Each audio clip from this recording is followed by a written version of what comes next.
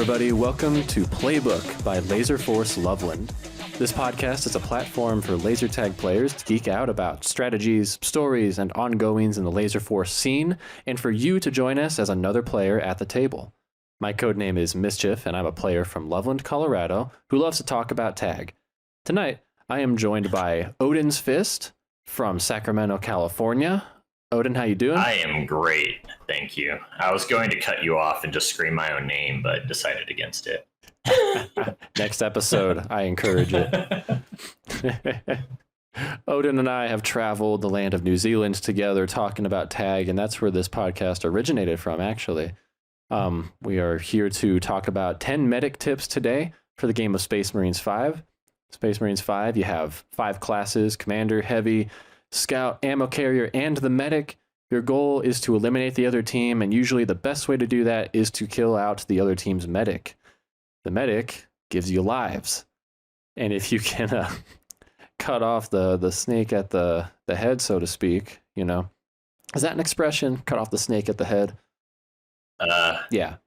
Sure. Kill the Medic, no one gets lives anymore, and then the whole team dies. So what's been your impression of playing Medic overall? Have you done it very much? And how do you feel about it? I have played Medic quite a bit off and on. I've played in a lot of random draw tournaments. That's where most of my Medic gameplay comes from. I haven't played Medic in an international tournament, but I'm very familiar with the role, and I just played internationals in New Zealand on Ammo, which is sort of a companion role to the Medic. And I've had a lot of discussions with my Medic on that team, DK or Death Knight, about it. And we've talked a lot about theory and stuff. Yeah, I think with you having played Ammo Carrier, you at least got to become really familiar, as the Medic and Ammo Carrier are often just paired inherently with each other and work together a lot.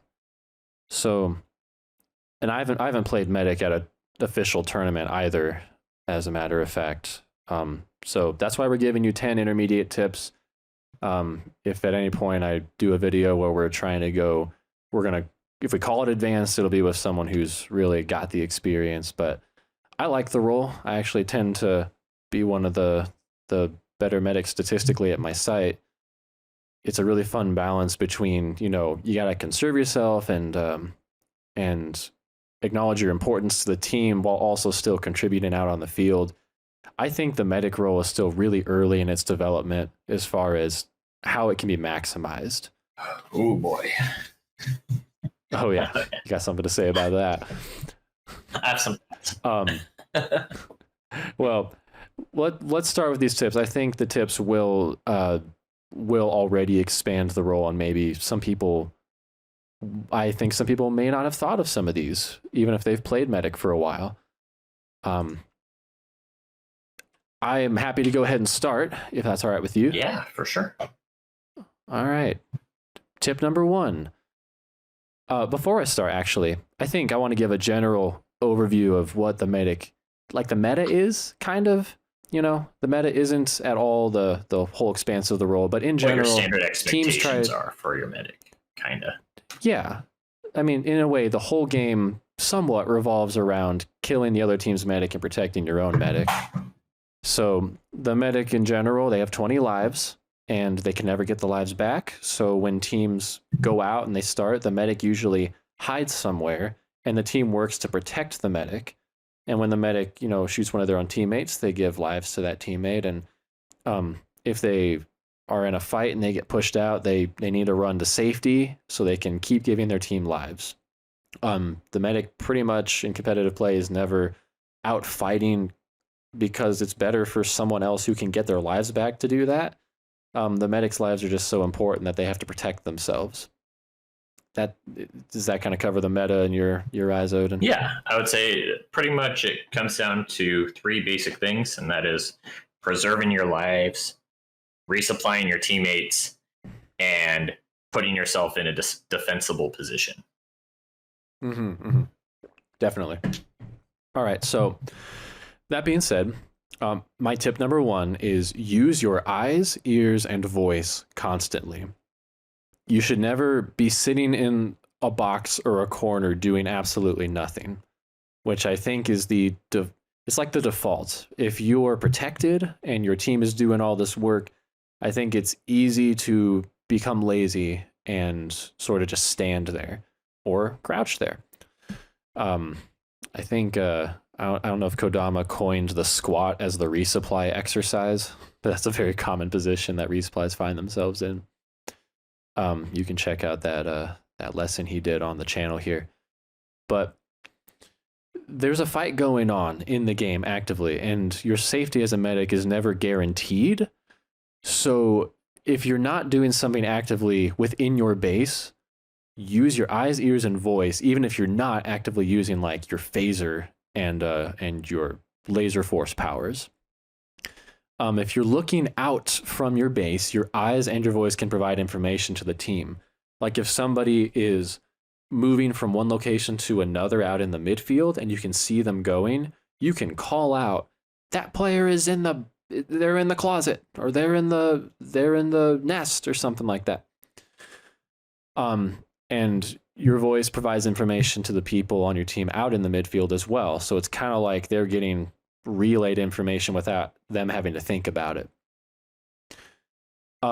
Your eyes can also make you aware of shots that you can actually take wisely, which, we'll probably talk about that more throughout the video. But I mean, you have a phaser, so if you're looking out into the midfield, even though you don't really ever want to get shot if you can help it, sometimes you just see someone's back turned to you, and then you can take that shot, or you can call out where someone is and have someone else take that shot. Don't underestimate your ears. You can hear when people are running up into your base from one direction. And the thing is that as the medic, you're the only person who really has the privilege of getting to use these three senses, or these three capacities, with a lot of thought put into it. Everyone else is trying to, fight someone. They're trying to play this game, and a lot of the listening and the vocalizing and the watching become like secondary priority. So I think it's really wise to take advantage of your ability to be a communication beacon and an extra set of eyes out on the field. It can help your team ensure your safety and gain more territory. There's one more little point I want to add.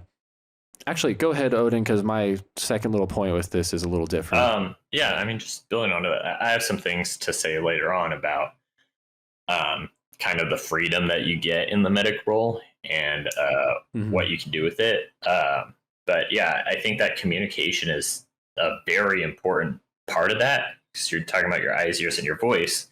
And I think the voice is really important. I think for one thing, the callouts that you make as a medic are typically going to be the most important callouts for your team, especially for calling out the positions of 3 hits, because if you can see an enemy, then they are actively posing some sort of threat to you. Even if they aren't actively pushing in, if you can see them, they might be able to potentially get a reflex shot, or if you pop out, they could get a hit in, or they're looking for angles of attack against you. Yeah, or they're about to attack you, yeah. And so I think that is important. And then another thing is that, the resupply can be a nice, like information base for the team, right? People coming to get resupply. Oh, where's the heavy out? Or where's the heavy out? Oh, the heavy just went on an attack run. It's going to be right back. Or, oh, okay, our commander just filled up, so he's going to be out for a while. So, get some and find some good angles to support him. Things like that. Or, things that maybe your team hasn't had the opportunity to actively think about or consider, like, hey, by the way, they haven't dropped a nuke, so fill up on lives, things like that. I think that communication is very important. And I think adding on to the ears thing and listening for sound, listening to sound effects in the arena, I think helps a lot too. Because if you aren't resupplying anyone and you hear like just tons of the resupply sound effects overhead just going off back to back, then you know that the enemy team is filling up, and you can kind of Just call out. They're resupplying. they're filling up. So you can either have your team fill up if you feel like maybe they've been out too long and they aren't ready to survive that heavy assault that's probably coming. Or if you feel like your team's pretty healthy, you could encourage maybe both 3 hits to push forward and put on a really aggressive attack in order to try and keep them from resupplying. Yeah, definitely. Yeah, my second little point was going to be talking to your teammates using your voice. Like when they come back, you can be asking them like, how much stuff do you have? And making strategic decisions if you're in a position to do that. Not every team builds around having the medic making strategic calls, but if you know what you're looking for, yeah, your information can be vital to the team's overall strategy, paying attention to things that no one else is paying attention to. So that concludes my first point. Use your eyes, ears, and voice. Yeah,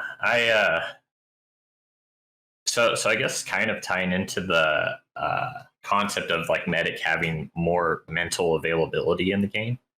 I think that isn't just an overarching resupply thing. I think that's actually specifically for the medic. I think that ammo has a lot of things to consider themselves. Like how you talked about the team being able to replenish lives, so they should be more active in the field. The ammo can also get their lives replenished, so they can afford to be in more aggressive spots. They can afford to take more forward positions, and there's some things that I maybe would get into on an ammo specific episode rather than here. But they have a lot of their own roles and jobs that they can be fulfilling in the team actively, even when people aren't getting resupplied. And so what I would say is that, in my opinion, is best for the medic to control resupply priority. And this is in terms of like who is getting resupply when and who needs resupply and who doesn't and who needs to leave. The medic can be checking people's phasers, seeing how full they are on lives and shots. It can be asking people about situations. And I think this mostly comes into play when the whole team is back. Because when the whole team is back, this is really where you see the difference between a good and a bad resupply, not just people who are good and bad at taking opportunistic shots. Right. Because if you do it wrong, your team can die. Yeah. And so I think when the whole team is back and you need to resupply everyone, the role kind of should fall on the medic to determine who gets resupply first, and who gets left up. Specifically, 1 3-hit should always be kept active in order to battle enemy attackers. And you should rotate which 3-hit you leave up so that you can fill them both up so that they can have breathing room to do their jobs, even if they can't get resupply for an extended period of time. Right.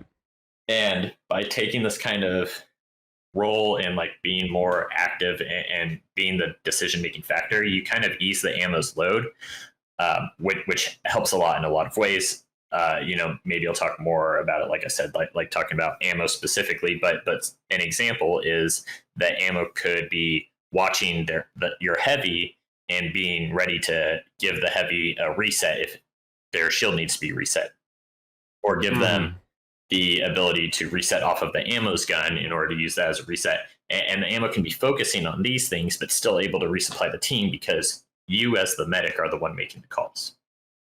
Right. And I think another thing is like staying on top of the resupply priorities, not just in those intense situations, but throughout the game, and understanding like who has priority.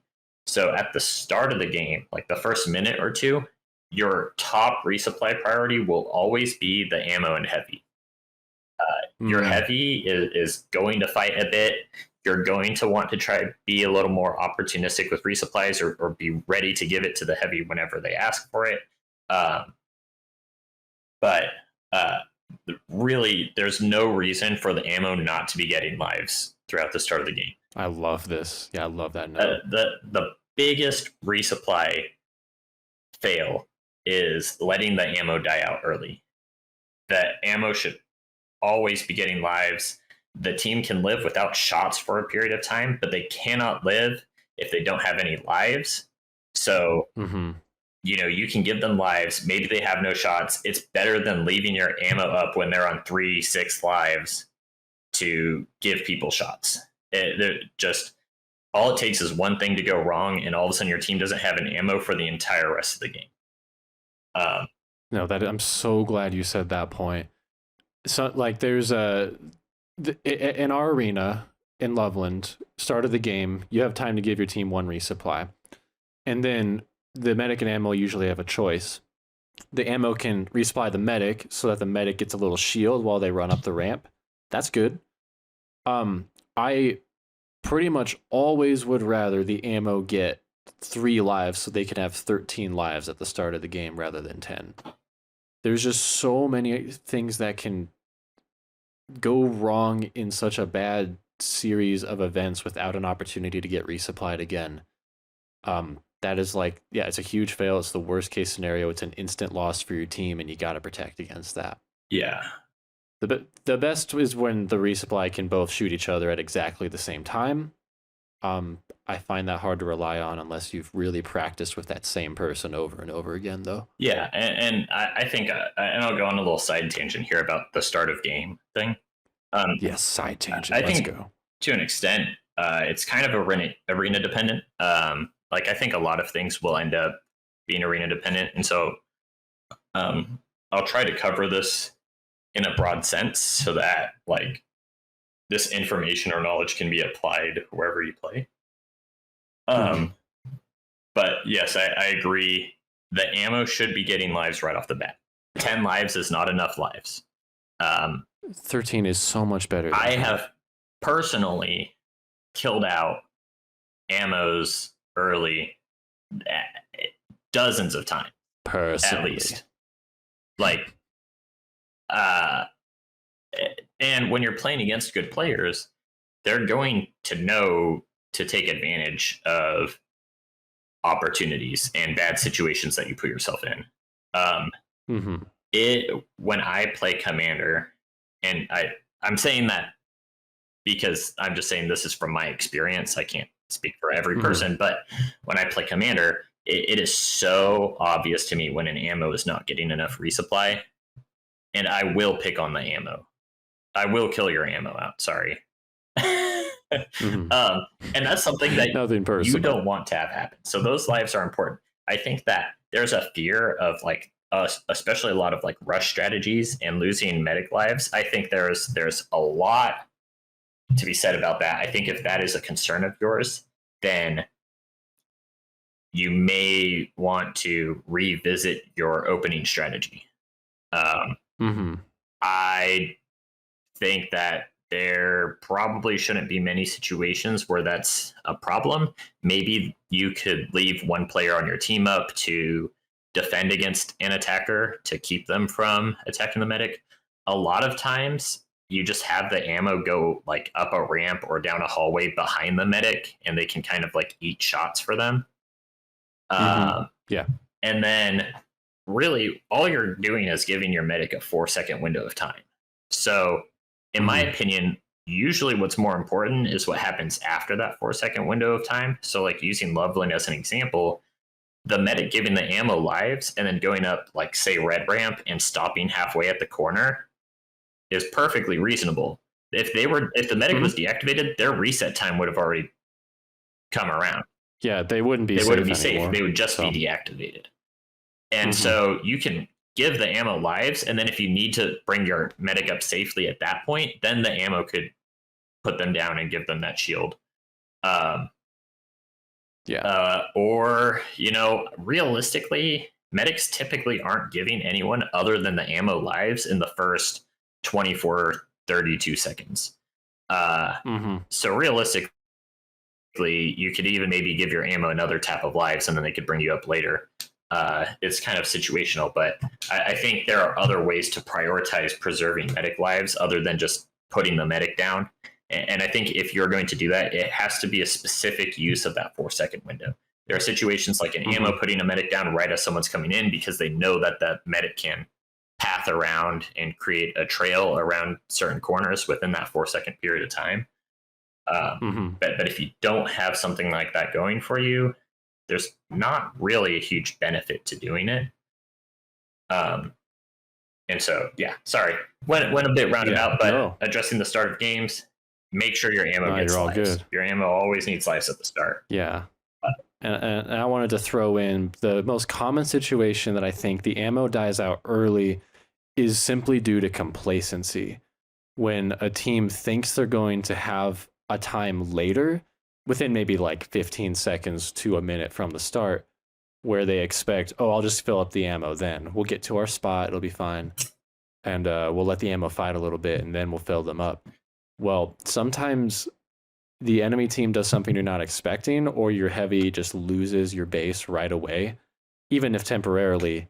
Losing it right away while the ammo starts at 10 lives, they can quickly get down to 5. And when they're down at 5, that's when the other team really starts to notice and starts to intentionally try to keep the ammo reset.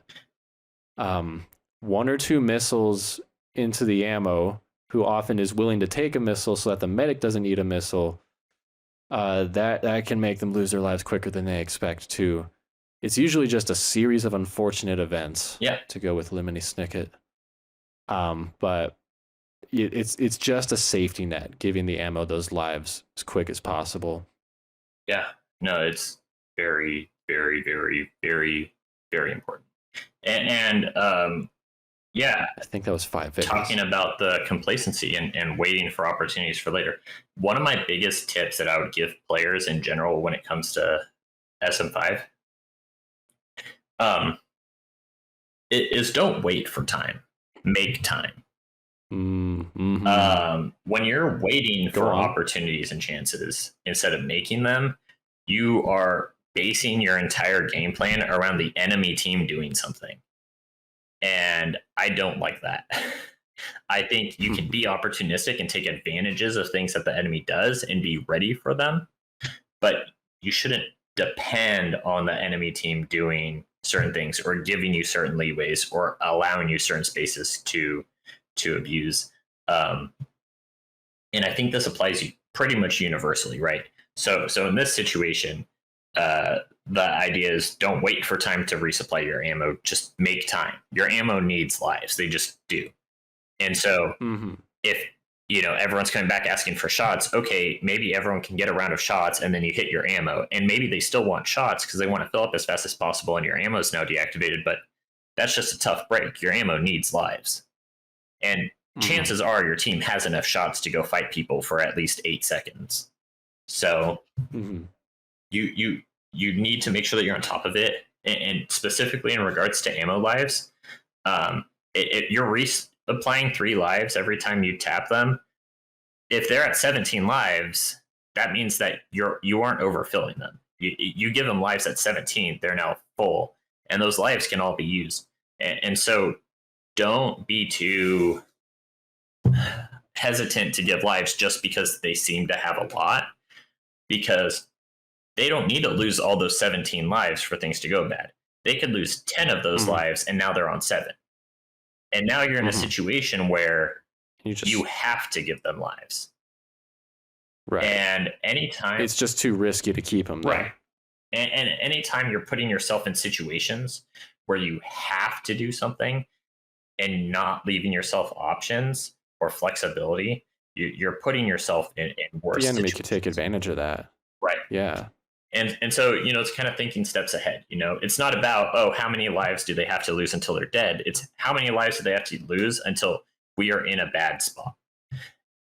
Right. And that goes for like everything, right? Like if you're playing scout, okay, if you might be on 10 lives, but it's not 10 lives until they kill you out. They only need to get you down 7 lives before you're in nuke territory. And realistically, if you're getting reset off of a nuke, you maybe only need to lose 5 lives. And I've been triple tapped as a scout in the field. You may not think that it will happen to you, but it can happen to you, and it will. And it is not fun.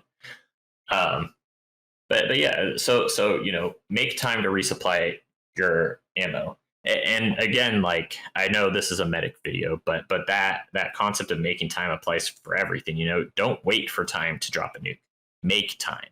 A lot of commanders will hold on to nukes and hold on to nukes and hold on to nukes because they're like, oh, I couldn't find anywhere to drop. I didn't have any shots. Like, make a situation for yourself to drop your nuke, you know.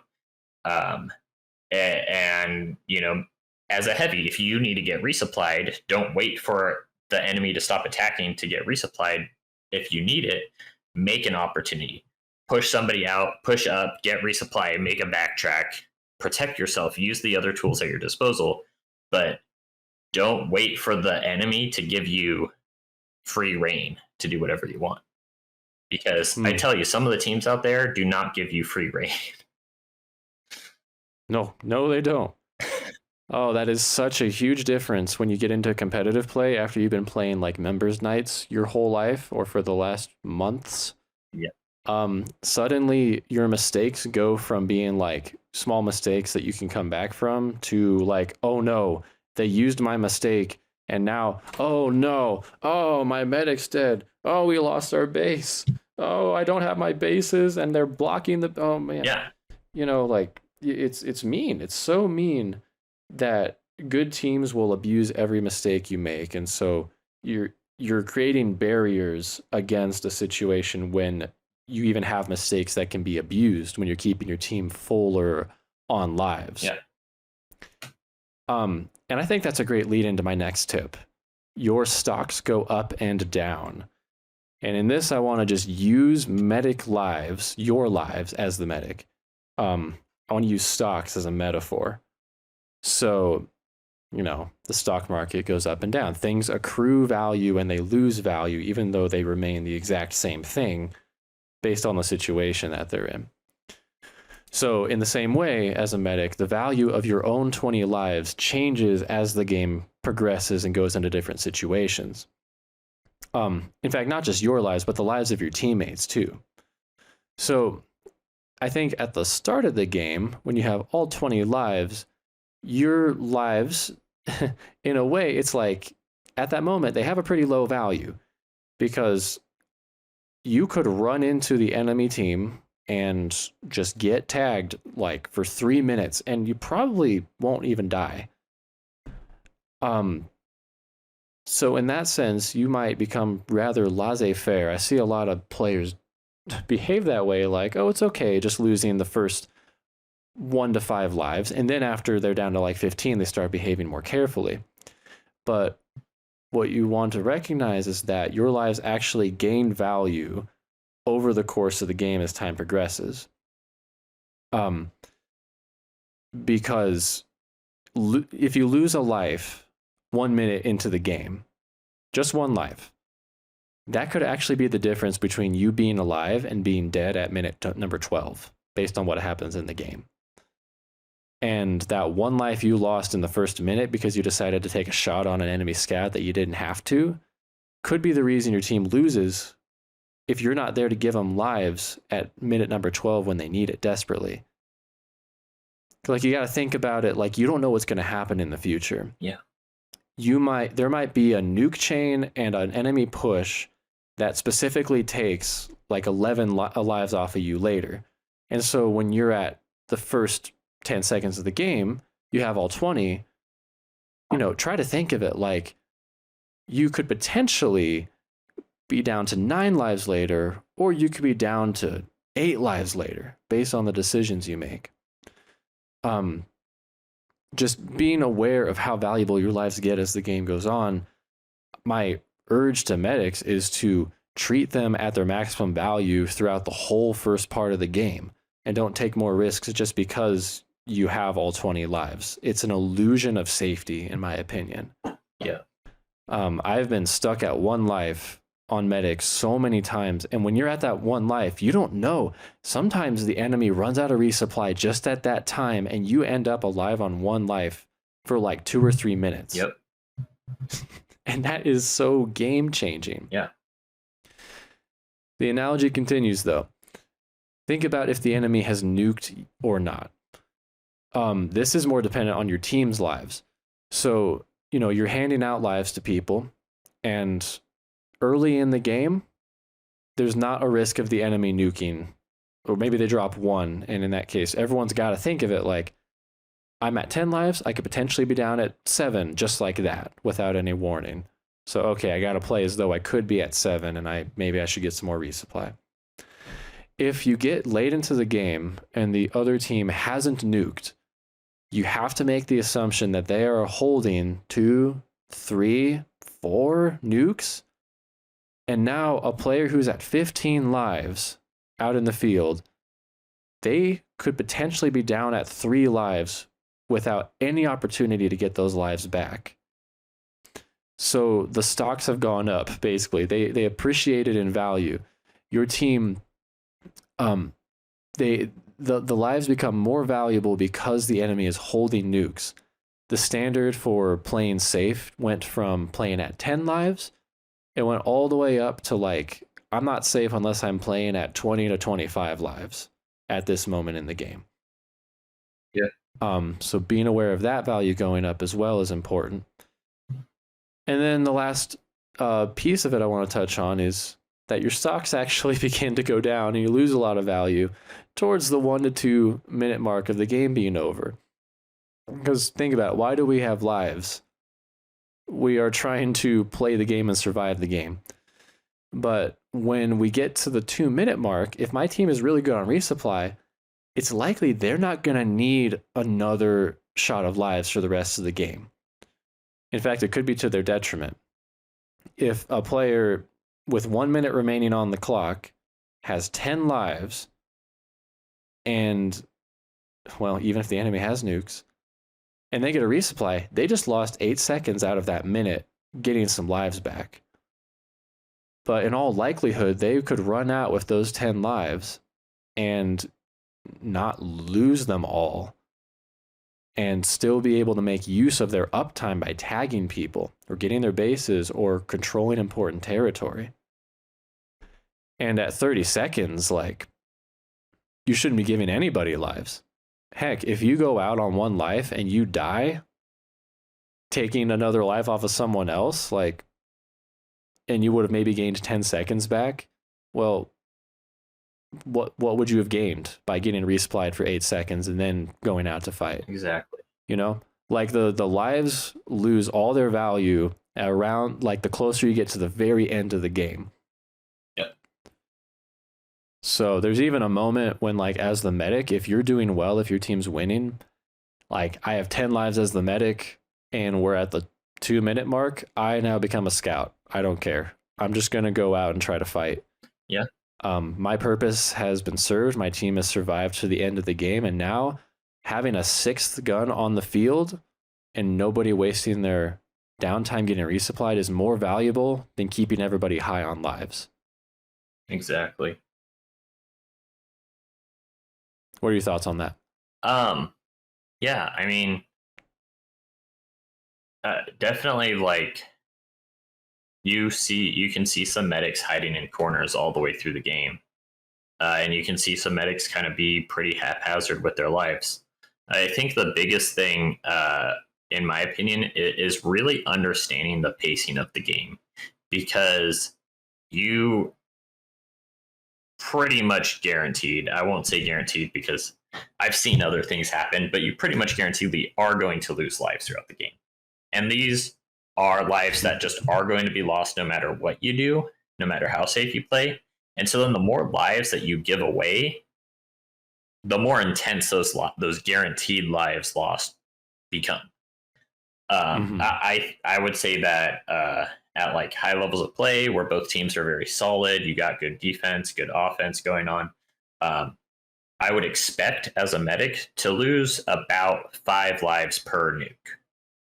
Like, okay, you know, however that is, maybe somebody manages to break in at some point before the nuke, and then you get nuked and you get reset, or maybe you get nuked. Yeah, it's an interesting way of looking at it. And you get reset twice. I would expect about 5 lives per nuke. When you get more into, like, members night or random draw territory where things can be a lot more fluctuating in power levels of teams, you could expect to be losing up to, like, 7 lives per nuke. And so when you're giving lives away, when you're giving away lives by popping up and taking shots, then those matter so much more. Because say you manage to make it the first 5 minutes of the game maybe the enemy dropped a nuke and you only lost the nuke lives. Your team held up very firm. You got your backtracks going. You're doing really solidly. You might be a lot more confident now because you're on 17 lives 5 minutes into the game. They have 10 minutes left to take those away. But if they can get 3 solid nukes off in the remaining 10 minutes, and they might even already have a nuke at the ready, then all of a sudden popping out and getting shot an extra 2 times means that you're now dead instead of surviving the game on 2 lives. Yeah, exactly. And I think, I think medics play like they have 20 lives to work with, when realistically, assuming that the enemy team nukes, I'll say 3 times before you enter the end. You have 11 lives. You have 11 lives to work with, and you can get tagged 11 times, and you know, like you said, including that with the nuke. But just assume at the beginning the enemy team's going to get 3 nukes. That's very average. Start off the game thinking, okay, I can get hit 11 times basically. And really, I would even say if you're assuming that you're going to lose 5 lives per nuke as guaranteed lives lost, you have 5 lives to work with. You can get shot 5 times outside of the nukes and those the follow-ups, nuke resets, the break-ins, the things that are completely out of your control. You don't have a lot of room to work with. And so when you pop out to take a shot because you think you can and you're trying to support your team and you get shot down, that is now you don't do that.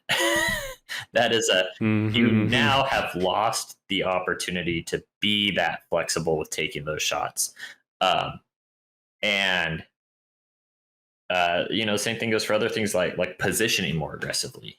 Maybe you want to take a more forward position as a medic to help cover more ground or do things. That's fine. But if you get shot twice and you realize that it's not a very defensible position, you now only have 3 lives to work with. So you now have to be playing to that. But yeah, I definitely think that people, I think it's important for people to understand exactly what the value of the medic lives are. And I think that the amount of lives that you have also kind of increases what you can do as the game goes on and as those nukes are dropped.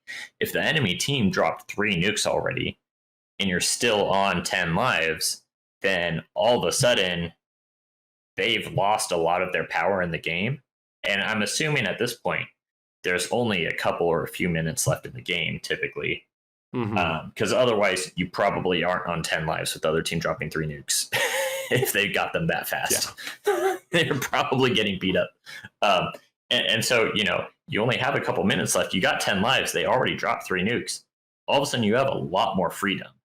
And that freedom later on in the game really helps to close games out. Like you said, having a 6 gun in the field to cover territory, maybe you can help sweep for people. You can be tagging people. You can be giving resets.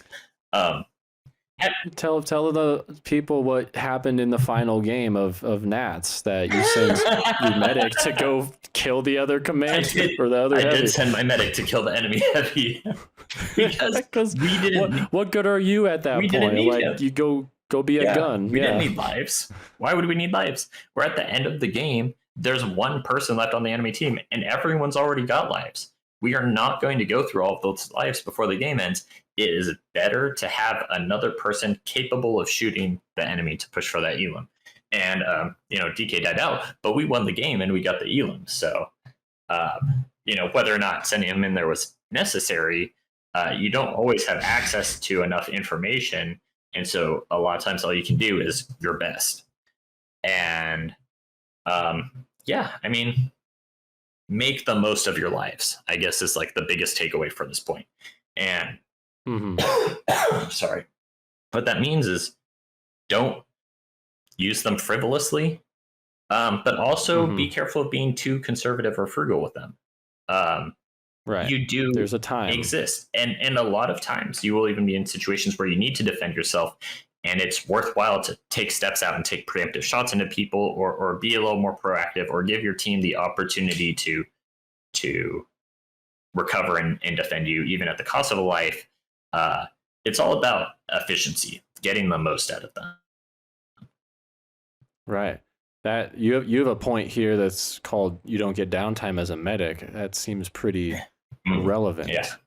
So I mean, it's kind of straightforward. You don't get downtime as a medic. You don't get to relax. I think a lot of people. Oh, I don't know if you can hear my cat. He's angry. Oh, we can hear your cat. Hello, cat. And I think a lot of people like in members nights, for example, will maybe want to play medic when they're feeling more tired because they think that they can be lazier and sit around. And I mean, I'll do the same thing if I'm being completely honest in a members night environment. When you're playing competitively though, or trying to play properly, the medic does not really get to rest. If nobody needs you to give them lives, you should be covering angles to give the rest of your team more freedom, right? You have eye holes. You can be looking. And realistically, a lot of the time as a medic, you're being defended. And so, your team is trying to cover a lot of territory and defend you to the best of their ability. But the best situation to be in is where everyone only has to look in one spot. If everyone can just look in one spot, it is so much easier for everyone to do their job. And if you can eliminate one angle for them to watch, then all of a sudden that means that your ammo and your heavy can do so much more. And on a very basic level, what that means is it's easier for your heavy to hold one angle and put anyone down who comes. On a more advanced level, what that means is that you're actually giving your heavy and your ammo freedom to influence a lot more of the map. For example, to use Loveland as an example, because I feel like a lot of people have played in that arena. It's centrally located in the U.S. pretty much, and we're just the best. And you're just the best. Using Loveland as an example, if you're on the third floor and your medic is capable of watching the ramp, then that means that your heavy and your ammo can focus entirely on that third floor hallway. And so, at a beginner level where your heavy is less confident, what that means is your heavy can watch the hallway and take the shots confidently without having to watch multiple angles to defend you. And your ammo can be there to back them up, reset their shield, give them a reset, take follow-up shots, whatever it be. On an advanced level, what that means is your heavy and your ammo can push across.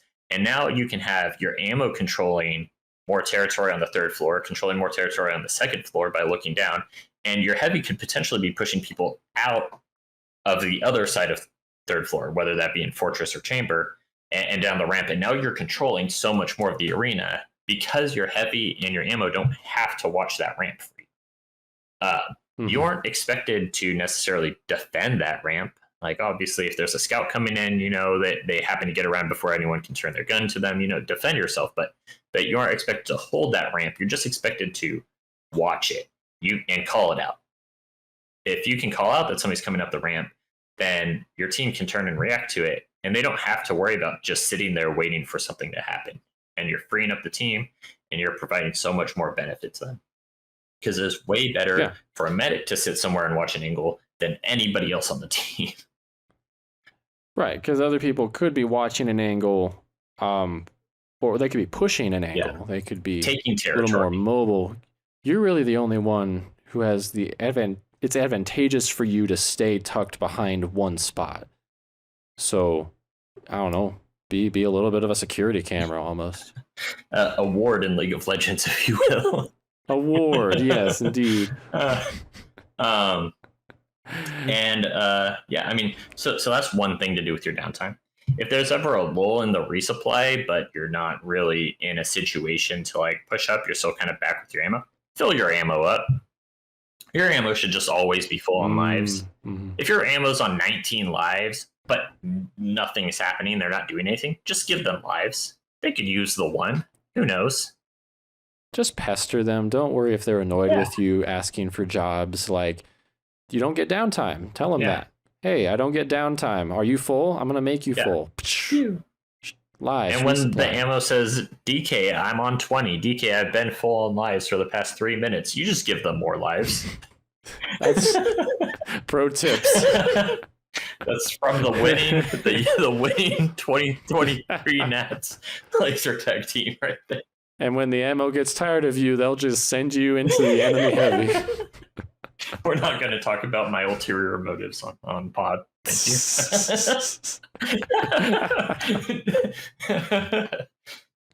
you. Man. And on the flip side, if nobody needs lives, your ammo's full on lives, and you're holding an angle, get shots. Why not?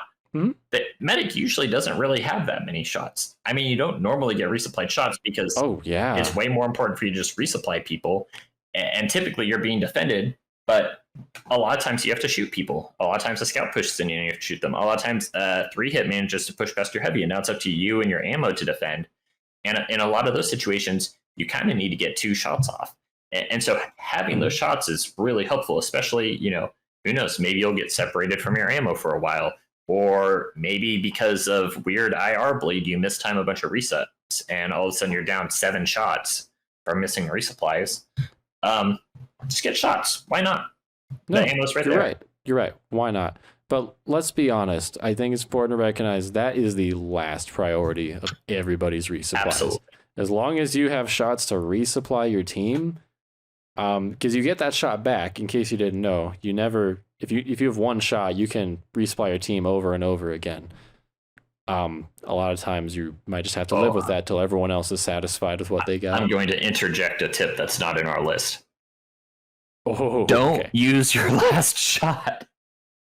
In the last Nats alone, I witnessed on 2 separate occasions a medic use their last shot to defend themselves and not be able to resupply people because they didn't have a shot. Terrible. I'm sorry, but unless you are literally going to die out of the game and you have 1 shot, you need to realize, oh no, I'm in panic mode.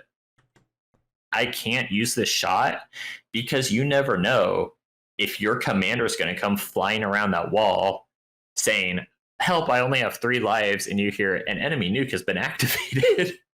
Oh my gosh. Good tip. Yeah, I didn't put that on the list, but yeah, don't use your last shot. Resupply only. All right. I'm going to my next tip. Yeah. Speaking of using your last shot, I want to talk about or using the shots you are given. I want to give a tip called attack turned heads. Attack turned heads. What does that mean? So you're using your eyes because you don't get downtime as a medic. You're being a ward. You're being a security camera, and you're watching other people on the other team. And in general, you're not popping out to hit them. But I want people to be aware that when the time comes for you to attack, watch for them to turn their head away from you. So sometimes when I am watching an angle and somebody across the arena, they're in the midfield, they're looking at me, I just watch them. I shout out where they are. I make my whole team know where they are, and so I don't attack them. Either they get bored and they turn away, or someone from my team comes in to attack them. When they turn their head, and especially turn their phaser away, sometimes I think it's okay to make the decision, I'm going to pop out and shoot them in the back. If you're ready for it and you hit them, and you can guarantee almost like this won't take a life off of me, but I can hit them, then I encourage you to do so. I mean, you are a Space Marine. You have a phaser and a maximum 30 shots in your chamber. Like, it can be helpful to your team. Tagging down one teammate can sometimes have a ripple effect that leads to much better things for your team down the road. That person gets reset. They have to leave. Your team gets that territory quicker. They push in quicker. Every shot can matter. So I think in especially tense situations, if you feel good about the opportunity, attack someone who turns their head from you. But I will say that this has happened to me. Really pro tricksters who know you're waiting and watching for them to turn their head sometimes will turn their head and then rapidly turn it back at you as soon as you pop out to shoot them, and then they get a free medic hit. That's just so rude. Just be cautious and know who you're shooting at. That's rude. Who would do that?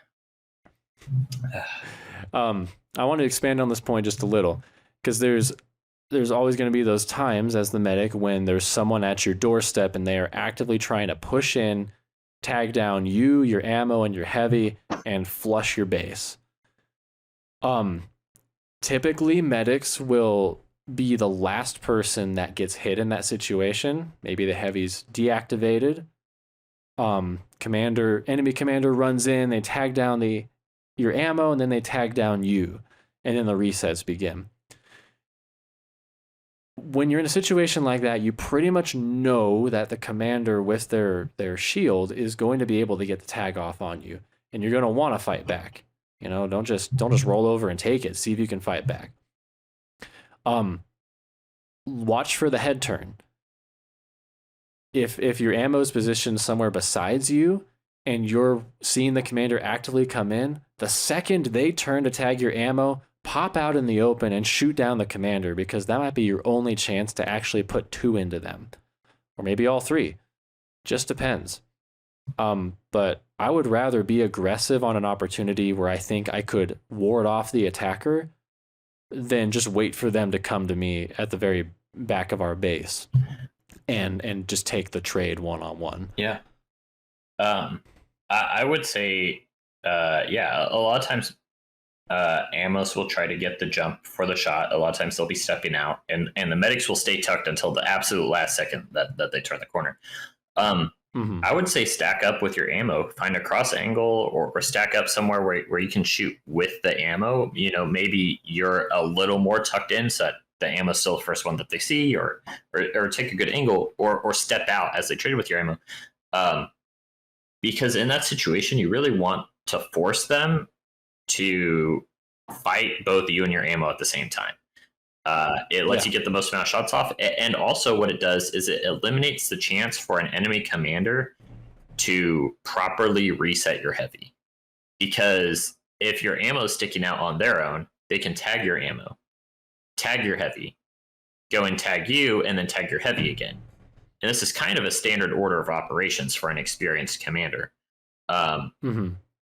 However, if they have to tag your ammo and then you right away, they now only have 1 reset for your heavy, which means that ideally you flush for a second, you relocate, your heavy comes online and puts them down and pushes them out.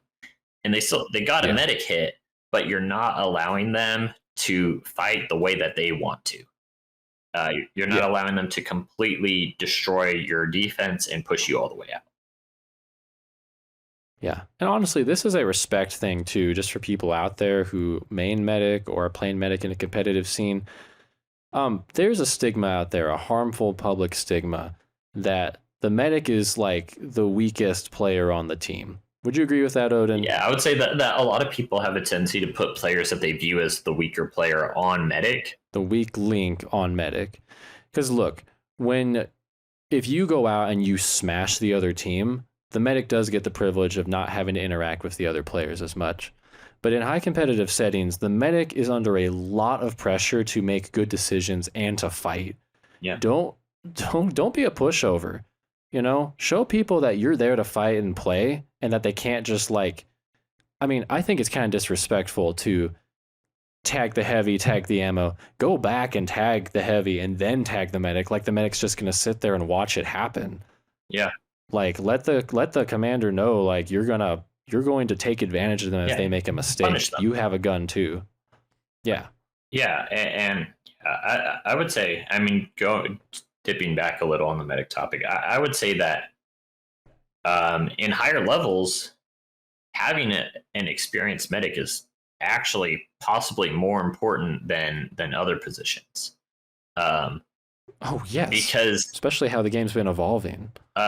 Having a really good medic versus a weak medic can be the difference between the medic losing 4 and 12 lives off the start, which may sound extreme or dramatic, but it's very honest. Like it's happened. I've even seen reasonably decent players not understand the medic role and lose an outrageous amount of lives very quickly because they didn't have I wouldn't say that like they aren't good enough or didn't understand the role well enough. They just didn't put enough thought into like what they're supposed to be doing and what they need to do. They view the role very simply. I resupply the team and my team defends me. And you can really tell the difference between people who understand the role and are like actively making moves that they need to, and people who are trying to just skate by it on it. Medic's a very important role. And then revisiting the point at hand, attack and turn heads. First of all, as a resup, make sure you wait until the enemy 3-hit is missing your teammate, shoot them 3 times, and then say get wrecked, nerd. That's very important to do. If you don't say get wrecked, nerd, they turn back on and you lose the points. You have to say get wrecked. Yeah, you have to. They hardwired that into the coding. I will penalize you if you don't say get wrecked, nerd after, because they are in fact a nerd and they did get wrecked. So they disrespected the medic by just missiling the teammate while the medic's still up. I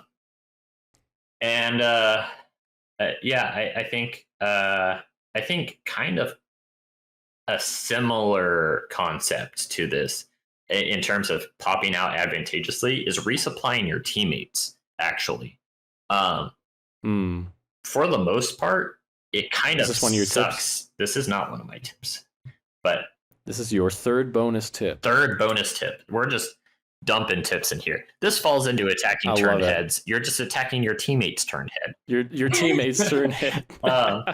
It sucks to have to go back for resupply every time, and you every time you do, you lose control of a part of the field. And so if there's places and situations where you can resupply your teammates while they're in the field, take advantage of that. A medic doesn't need to always be tucked in a corner where everyone needs to go all the way in to get resupplied. A medic can be watching a ramp, and then a teammate can go and say, hey, can you resupply me while I'm here watching this angle? And you can resupply them, and they can watch that angle. They can have their own backtrack routes. They're all doing their own thing, but be ready to actively resupply your team in the field. A lot of times, especially with the heavy, they can defend you so much better from a different angle. And so being able to resupply them while they hold a different angle away from you is really huge. You can keep your heavy topped off, and they can control the map and control so much of the field. It's great. So yeah, I'm popping out is good if you know when to do it. Odin, you are a wealth of knowledge, and I love you. I'm just saying stuff. I don't know if wealth of knowledge is necessarily what I would use, but wealth of ideas. Thank you. Good ideas. I think. I like ideas. Why don't you give us one of your tips that you wrote down? Yeah. All right, back on track. Okay. Well, I'm talking about resupplying people in the field. Here's a tip: bring your teammates back home. Let's go. I love this tip, and really, like, this is my favorite thing about playing with good medics. Keep track of who's been out for too long. Like, if one scout has come back for resupply twice and you haven't seen the other scout at all, tell the one scout, hey, go bring back scout 2 for some resupply. We haven't seen them in a while. Or, call out to them. A lot of times people can get kind of stubborn in the field, or a lot of times, they get caught up in the action. And sometimes they just need someone to tell them, hey, go get some resupply real quick. And really, that's the best time to do it. In this particular situation, because one scout has already gotten it and they don't need to. So you can have just one scout in the resupply and they aren't overcrowding it, which is something I talked about on the Scout podcast, where about crowding the resupply. But right. Bring your teammates home. Like you are managing the resupply. You are handling the resupply priority. You're handling who gets it and who doesn't. And really, this is something for you to kind of keep track of. Maybe your commander came back for a resupply and your heavy went on an attack run, and they're still out, and your commander fills up, and then your commander leaves, and then a scout comes back and you don't see your heavy. Bring your heavy home.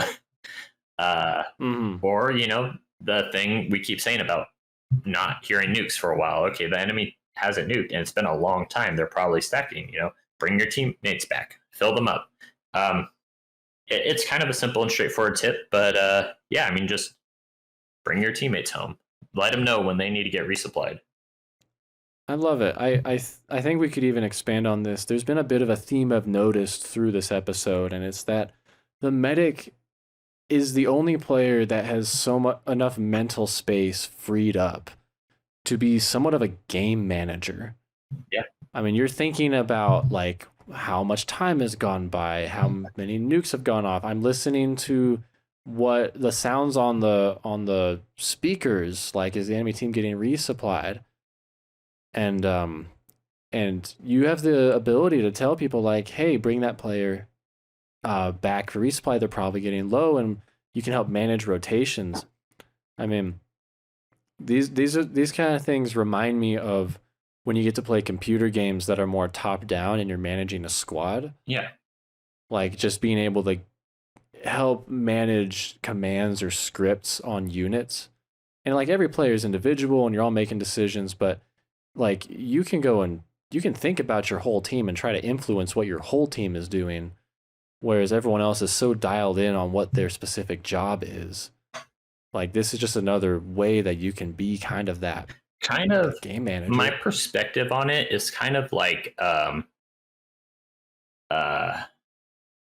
your team is kind of segmented, or it's kind of like everyone kind of has their own place in the game, and there's a level of like, the commander strategizes attacks, the heavy strategizes like defense and the 3-hit rotations and things and I see that ammo is kind of like a command, like a big coordinating role, where they're kind of this in between point, like they aren't all the way in the back like the medic is, but they aren't all the way out in the enemy team. And in most arenas, the ammo has access to a lot of knowledge all across the field and can kind of coordinate things with the rest of the team. And I see the medic as kind of like the communications division. The medic is kind of like telling people what the situation is, giving information to everyone, because everyone else has other focuses going on, and it's hard to take in all of the massive amounts of information that is happening in the game. So when the medic can refine it for you, because there's a huge difference between hearing all the random shot screams and all the resupply sounds and trying to make heads or tails of it, and you don't necessarily know what's going on with your backline, between hearing all of that jumbled nonsense and hearing your medic say, this is what is happening, it's night and day. And then it is so much easier for you to formulate a game plan. And so I think like, even though the medic has all this, mental freedom, it still is a lot just to process the information. And so I think even just by processing all the information that's coming in, your teammates coming in and telling you, oh, this is my situation, these are what my lives are at, I'm having a hard time getting past the enemy heavy, their scouts keep shooting me in the back, things like this. You can take this information and then relay that to the team, and the team then hopefully can formulate their own strategies and their own ideas. Like you tell your scouts, hey, the commander keeps getting shot in the back by scouts, and that's kind of a cue to them, like, okay, maybe I should help take more territory, or hey, they have a scout in big box and they keep wrecking us. And then as a medic, you can communicate that to the team, and your team can try and reclaim big box. I think that, and again, this is my personal opinion, but in my opinion, having the medic there to provide information for the whole team is just so valuable, and allowing them all to share information. Yeah. I think that is a great thing to do as a medic, especially at the way the game has evolved and in high level play. When people are making up new game plans for individual games, like, okay, I think they're going to do this, so we're going to do that. And as like things go wrong unexpectedly in the middle of high intensity games, like we're human, right? We have to acknowledge that we can't hit pause and think logically, okay, what is my next best step? People do get overwhelmed, they get tunnel vision, they get downtrodden, and someone just using their voice to help guide you a little bit as far as what you should do, or giving information to help you make decisions. You're right.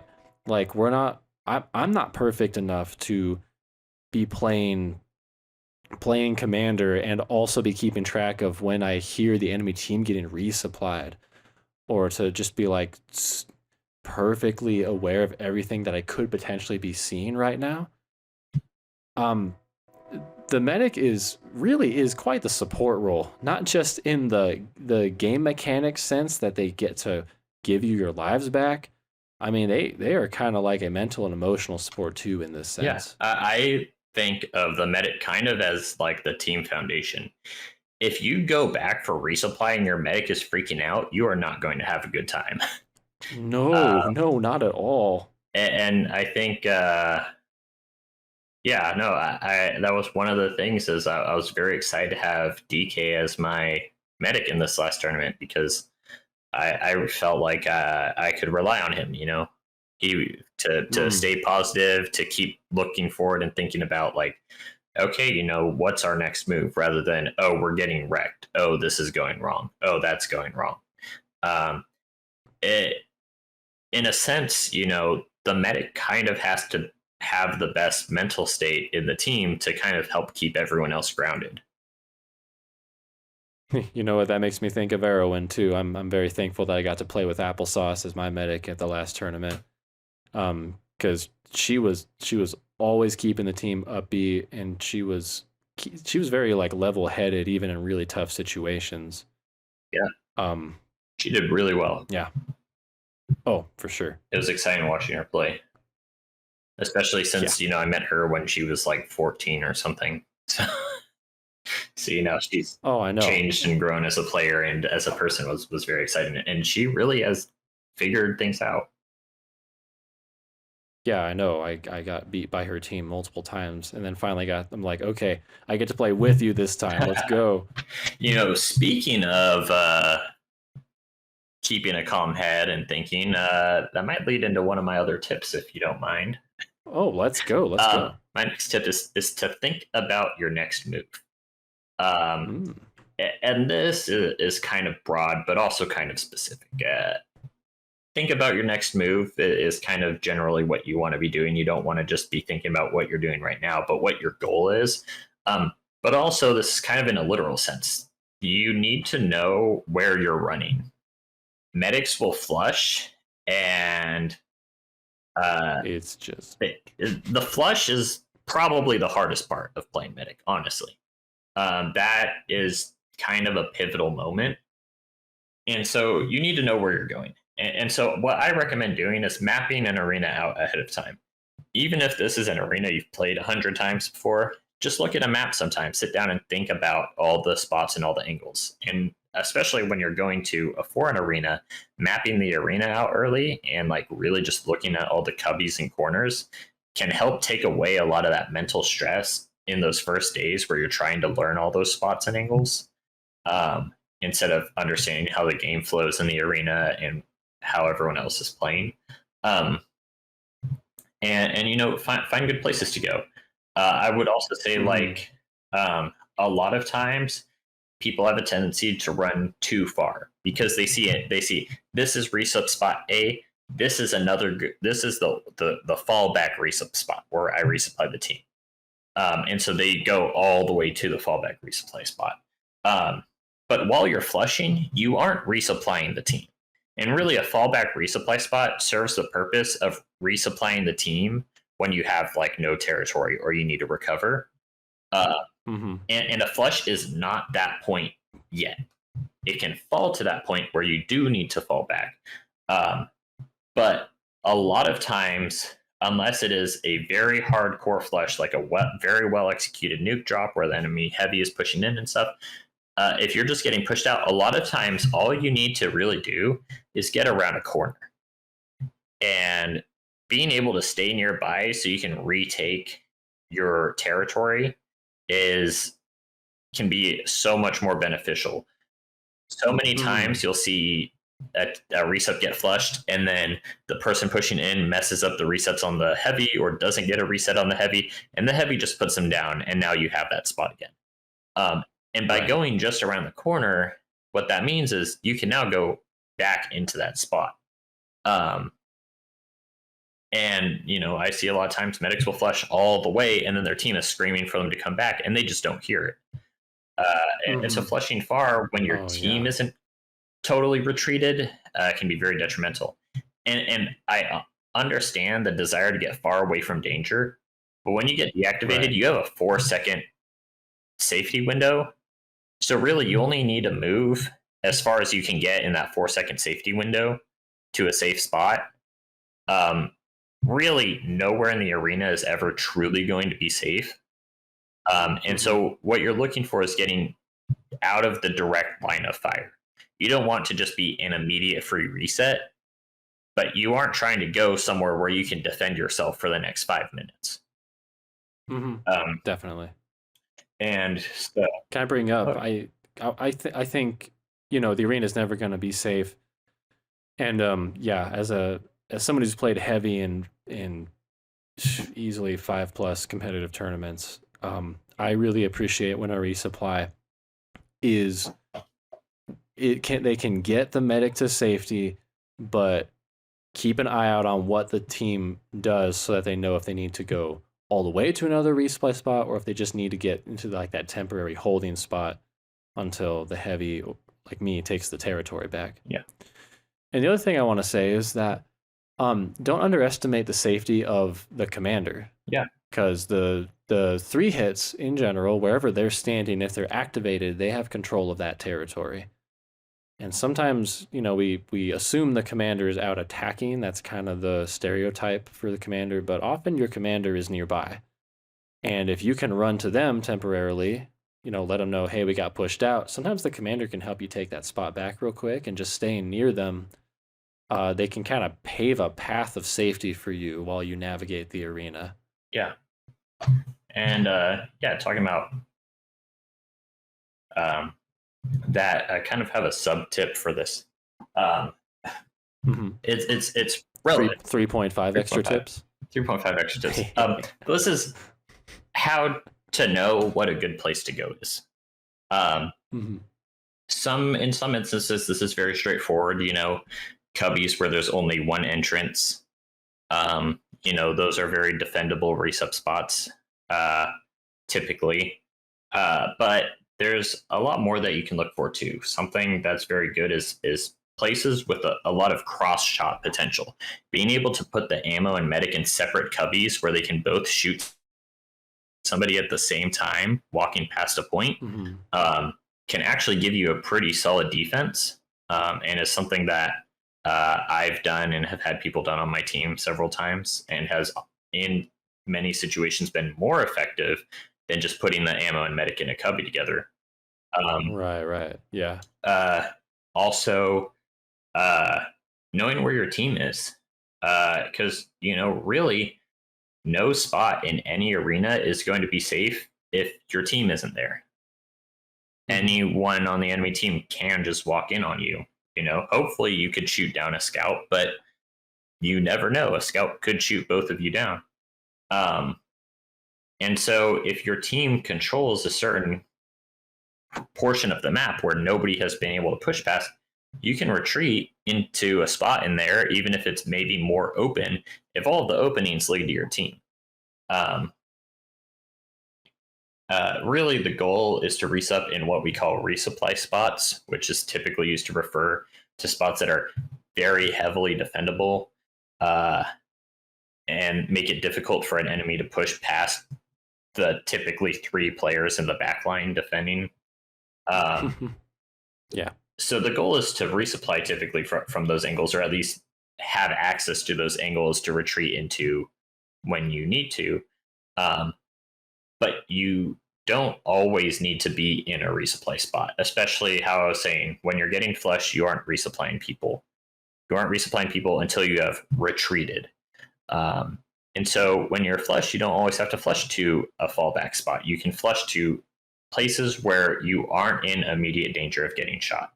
And so, like I said, look at a map of the arena, think about what are good cubbies to get into, understand like what their angles and vulnerabilities are. If you have teammates covering them, that's a great place to be. And you're still near the team. Yeah. Your team can be listening out for you. If your team's calling you back, you know where they are. I think one of the worst situations to be in as a resup is a situation where you're completely disconnected from your team. If you're a medic and you ran all the way off somewhere to try and go hide somewhere, and nobody on your team went with you, nobody on your team knows where you are or where you went, it creates a very rough situation. You have broken that chain of communication that I feel is such a vital aspect of the medic role. Because if you don't know who needs lives, if you don't know where your team needs you to be, if you don't know where it's dangerous, you're losing so much important information that is so crucial to your judgment and your decision-making abilities. Yeah, for sure. TLDR, teammates safer than walls. Yeah. Think about your next move. Think ahead. Where are you going? Yeah. What is your goal? Don't just run without a plan. All right, I'm gonna go to a really short tip. Learn to priority double. In quotes, priority double.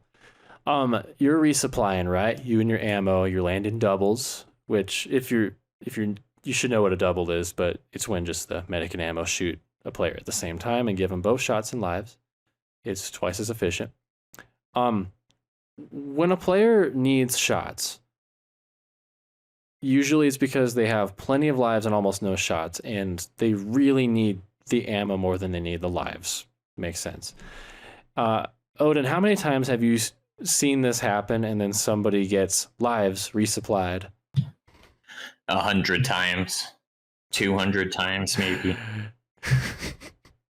This happens because the medic thinks that the ammo's ready to shoot, and then only the medic shoots them, and then they only get lives. And basically, it's just so much more important that they get ammo at that moment.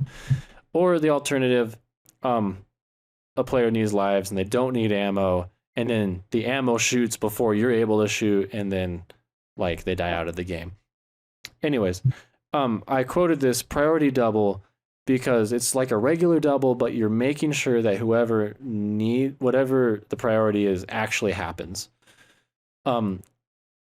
Let's say that my ammo and I are in completely different spots and I can't even see my ammo. I'm saying, okay, ready, shoot.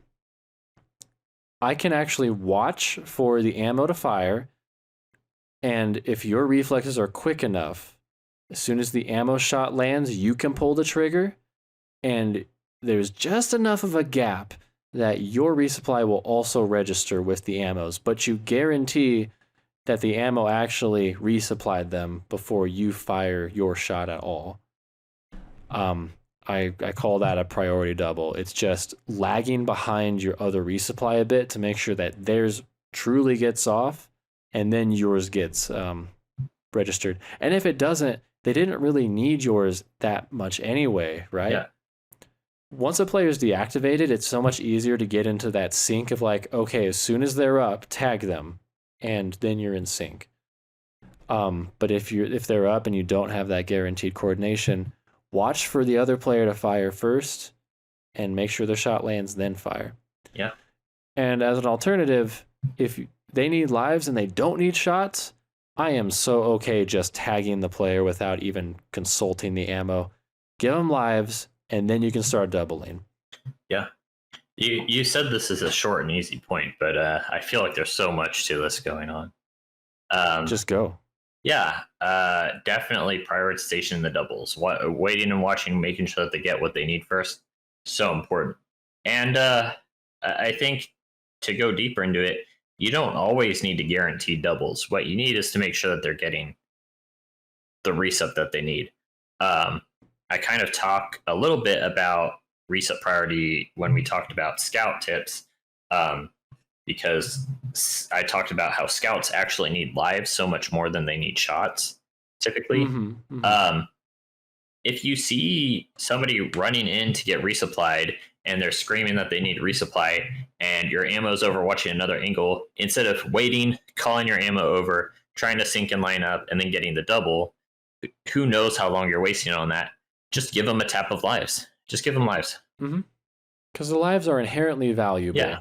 Even if they wanted a double, it's not like you did a horrible thing by giving them lives, and then 8 seconds later they can start getting doubles. Yeah, and a lot of times 4, 6, maybe even 8 of those seconds are used with them just getting into the resupply and you bringing the ammo over to coordinate doubles. Right. I honestly, the number of times I've come back saying that I need resupply and I'm waiting for one resupply player to get the other's attention and then line up and then give the doubles and it feels like it drags so badly. Like, give me something so that my time here isn't wasted, because every time that you're activated in the resupply, not having to defend something is wasted time where you could be out in the field working. So yeah, I mean, that kind of resupply priority thing, yeah, getting doubles off is super important. Make sure that people get what they need, and make sure you aren't wasting time giving resupply. Just spending 5 years trying to get someone resupply is not necessary. Just give them what they need. If you are super busy because you're keeping, like, maybe as a medic you're watching an angle and there's a scout just staring you down, and you are like, I have to watch this because he could pop around the corner at any minute, but I'm trying to, maybe you're pointing your gun back and trying to get the double. Maybe you miss it. That's fine. Make sure they're getting something, and if they really need lives bad, then swap with your ammo. Maybe your ammo can hold that. Maybe the teammate that you're resupplying can hold that. Something. Just make sure you're prioritizing giving people what they need. And as long as they're getting what they need, it's okay. You really want to make sure that you're landing those doubles, but it's so much more important to not waste time or leave yourself vulnerable or weaken the team in any way. All right, Odin, what's your final tip? Oh, I was actually looking at your final tip, and I was thinking it kind of related to efficient resupplying, and I kind of like it a lot. Oh, I can just go into it. All right, my final tip is boost better. The boost is when a medic gets 10 special points. Bases give you 5, tagging someone gives you 1. You hold down the special button, and all active players, meaning they are active and not deactivated, will gain whatever amount of lives a resupply would have given them had you tagged them. So scouts will gain 5, heavies will gain 3, commanders gain 2. I think in competitive play, it's reasonable to say that a medic will get 1 of these per game. Two is good. I don't think 2 is guaranteed. You get 1 from bases. Yeah, you get 1 from bases. You get another one every 10 times you tag somebody. If you get tagged 10 times and you land 10 shots, or like 2's very common. I'm not going to say 2's uncommon. You should but 1 get is guaranteed. 1 guaranteed. Yeah. So reasonably you'll get to do this 1 or 2 times most games. Sometimes 3. Just depends. Anyway, this can be game changing when used correctly. And I just laid out 3 situations that I think it's a good time to boost. Let me name some times when it's not a good time to boost, because it's subjective, right? There are infinite ways to use a boost, really. It's not good to boost when your entire team's down.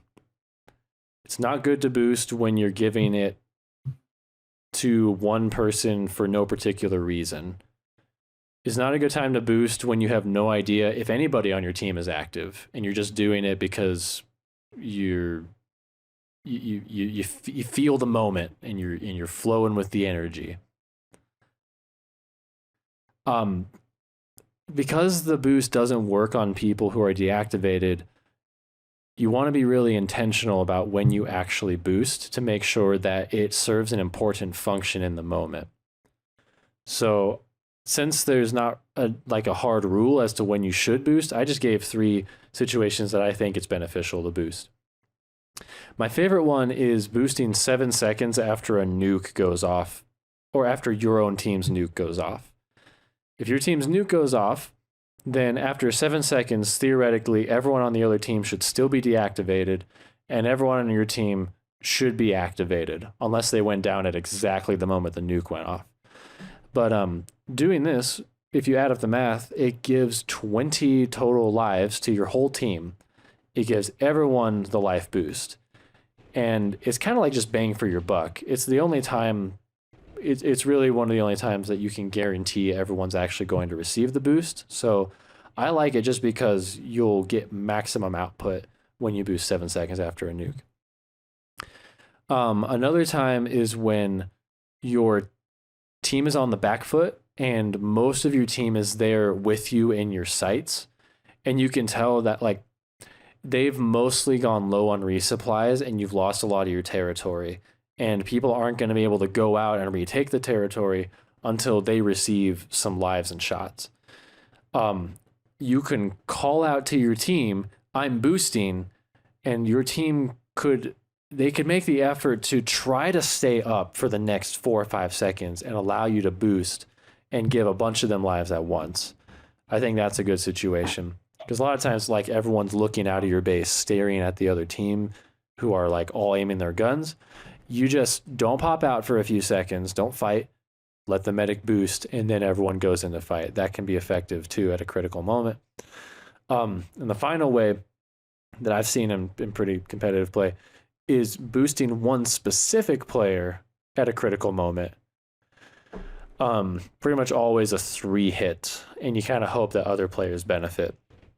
This might mean like the 2 heavies are locked in a critical battle for territory, and your heavy's getting low.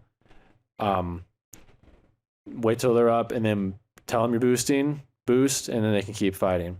Or they need to get back in the action really quick, boost, then quickly resupply them. They just got 6 lives instead of 3, and then they're back in the game. Could work for a commander too, but I think that's more useful with the shot boost for commanders. I mostly would say this is best for heavies who need to get back out there quick and receive a 6 life boost. Yeah. It's a big deal. What do you think? Does that cover? Do you agree with those 3? Would you add any other critical ones? Yeah, I would say some other tips for boosting it is you can boost before an enemy nuke goes off. If you hear that an enemy is nuking and you aren't very aware of your team's life situations, you might not be able to guarantee that you're getting the most efficiency out of the boost, but you never know when it could save your teammate from being in a very critical situation. Another tip is to boost with your ammo. If you aren't in one of these other situations where it's feeling very imminent and you feel like your team has a decent control of the game at any level, but especially in higher levels of play, is very tug of war. If your team is in control, at some point they'll lose some of that control, assuming the teams don't have a massive skill disparity. And a big part of why your team loses that control is because of the need to resupply. And so even if you can't guarantee that you'll hit most of the team, and even if it's not to like protect people from a nuke, resupplying as a medic and an ammo, even if you get 2 people, giving 2 people who are out in the field an extra round of shots and lives can help them hold territory for longer and give them extra fuel or juice to keep an attack up, or to keep supporting it, like the commander, or to keep just having more presence out in the field. I feel can be pretty beneficial and is kind of underrated. Yeah, I feel you.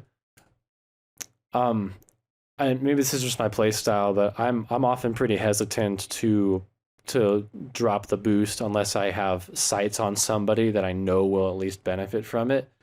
Because you're right, dropping a life boost before a nuke certainly could save someone. I just don't know how I'd feel about that unless I knew someone was critical. Like if I heard someone yelling for me, like, "Hey, I'm about to die." Well, I think definitely do it in that situation. I think the big thing for me with that is the lack of information. If you don't know how your team is doing, which is a rough spot to be in and typically not one you want to be in as a medic, but it happens even to the best players. I would rather feel like I've wasted a boost than realize that a teammate died out while I had a boost. I think that honestly, it sounds a little maybe janky, and maybe I won't be able to explain this properly without a bunch of elaboration, but I feel like a lot of the work you have to do in the game is kind of damage control to an extent. And obviously you want to get the most out of everything. You want to get the most out of your nuke. You want to get the most out of your rapid fire as a scout. You want to get the most out of your power boost as a resupply. But, you know, waiting for 4 players to be back for resupply and giving them an extra round a little faster it is helpful, but you don't know how long you might be waiting for these ideal situations. You might not know exactly what's going on. And honestly, I'm always kind of looking for opportunities to use a boost. I'm not like getting a boost and just throwing it. Some people do. I would rather not do that. No, I think really the only reason to do that is if you have a tendency to forget to boost, which is something you should probably work on.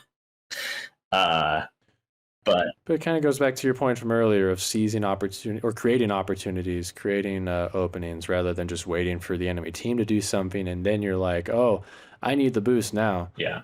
I mean, using the boost earlier could give your team the advantage to not put you in a bad spot in 2 minutes. Yeah. You know, and you know, talking about giving your team juice while they're out and looking for opportunities, a good sign you can look for is if you hear your team say that they have flushed the enemy resupply or kick them downstairs or whatever the typical phrase is for the arena. Yeah. Because A, that typically means that they just won a major fight. So there's probably at least a couple of them on. And B, that is when you want your teammates in the field to have the fuel to continue their push. Right. It doesn't really matter if they're just kind of playing zone control and 1 or 2 of them has to dip back every now and then for resupply. That's fine. If they flush the enemy team, you want them to be able to stay on the attack.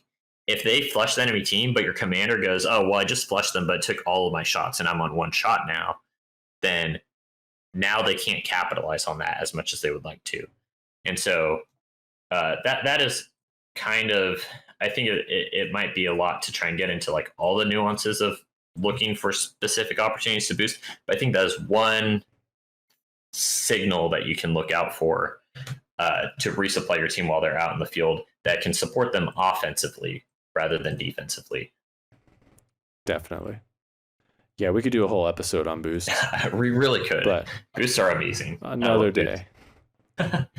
For now, you got one more tip here. Speaking of boosts, bases.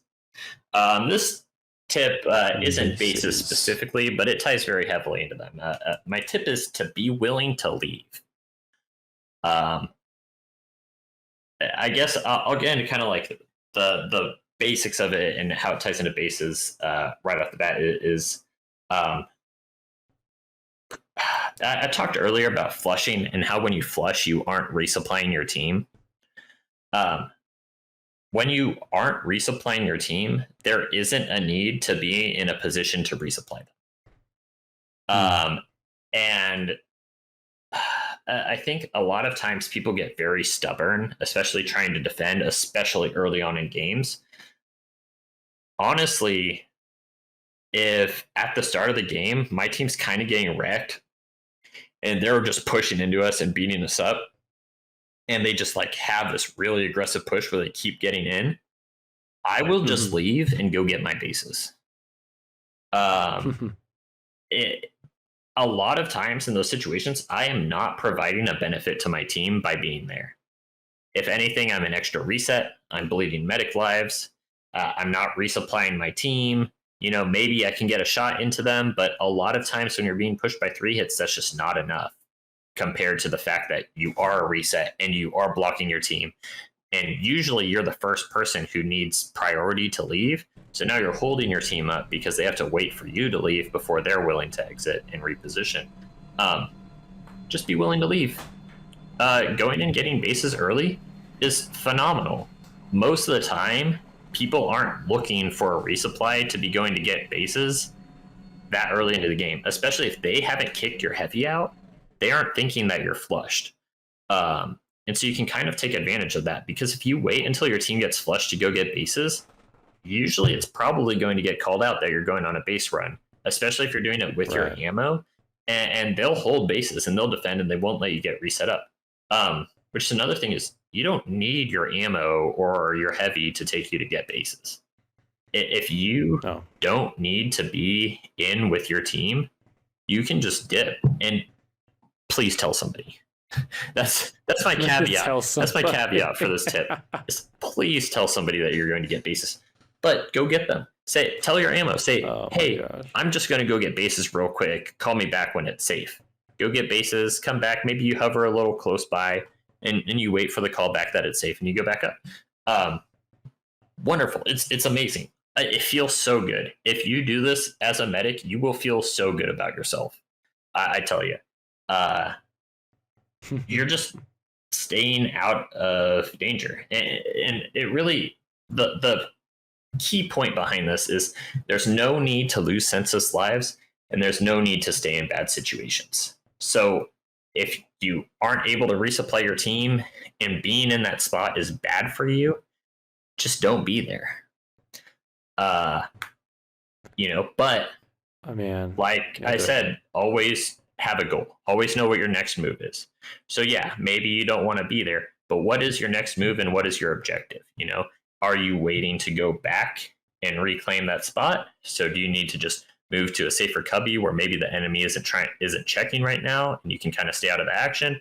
Is your goal to get bases and come back?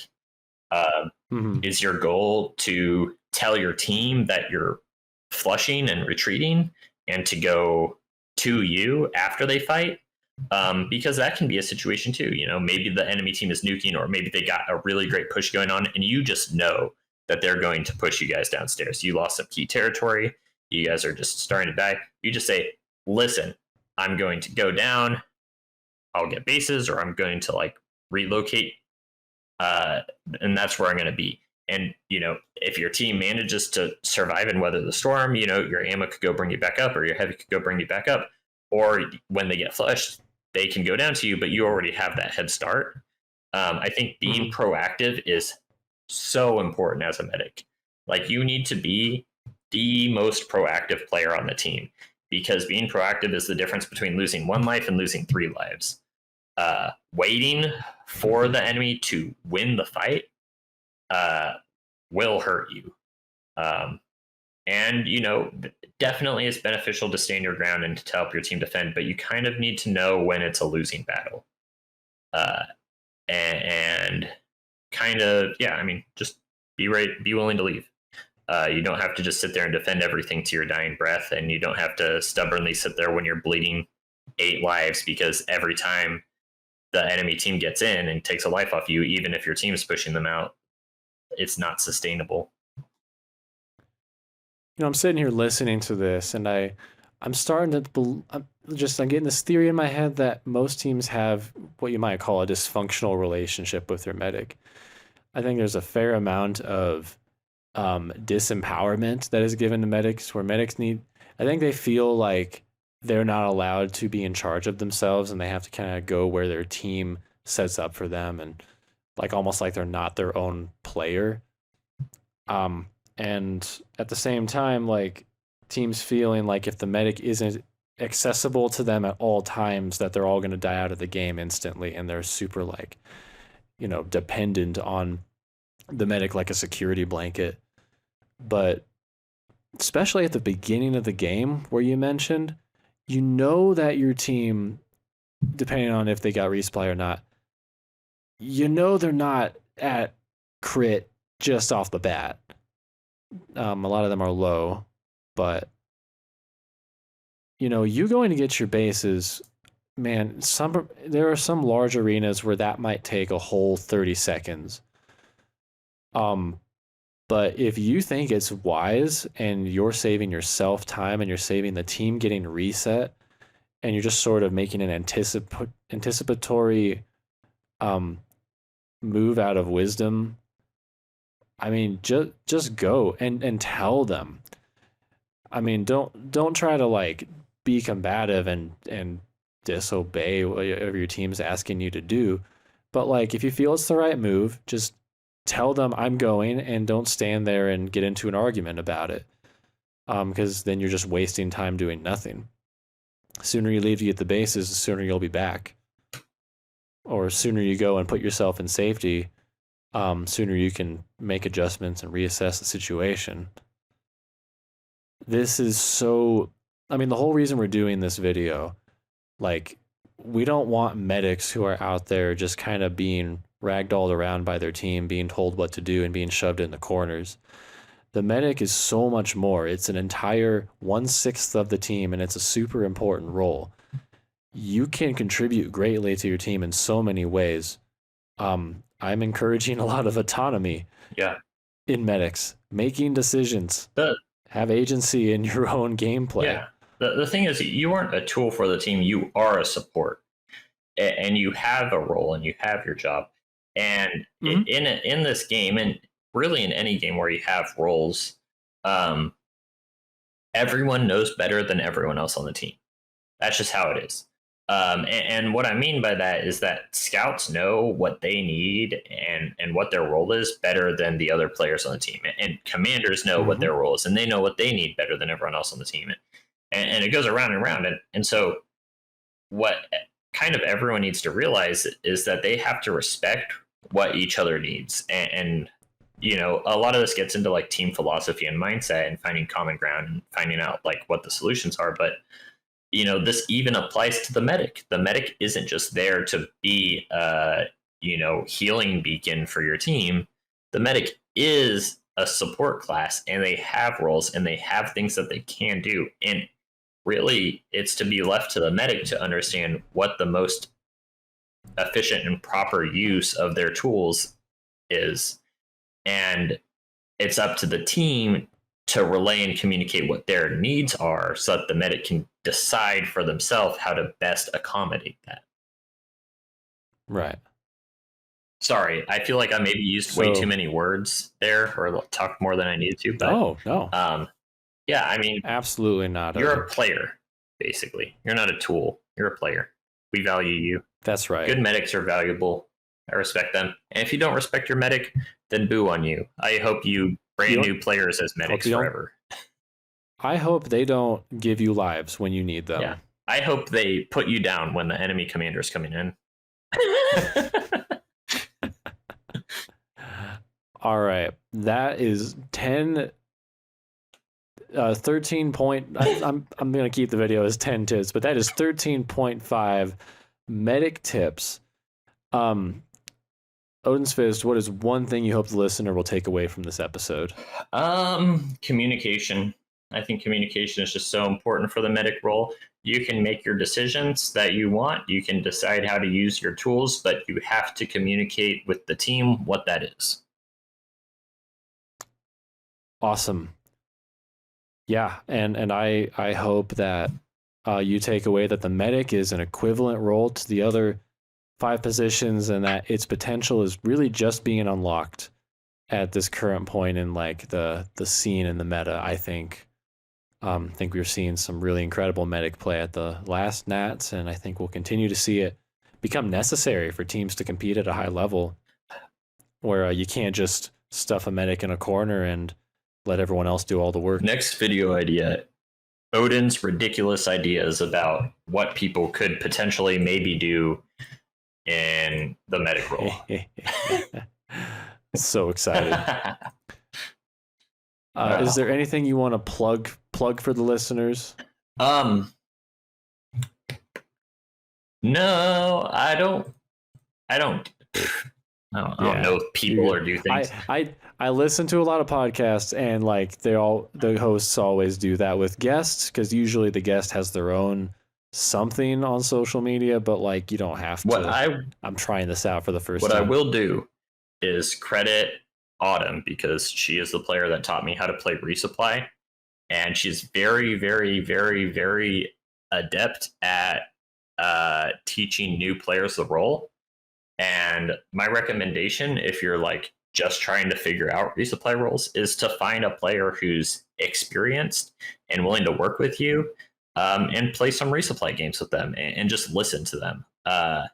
Every resupply player who understands the role and chooses to play it has wisdom to give you. And a lot of people will have a lot of things that other people don't think about or don't know or realize. And so just hearing what an experienced player has to say as they guide you can be so beneficial to learning and understanding the role.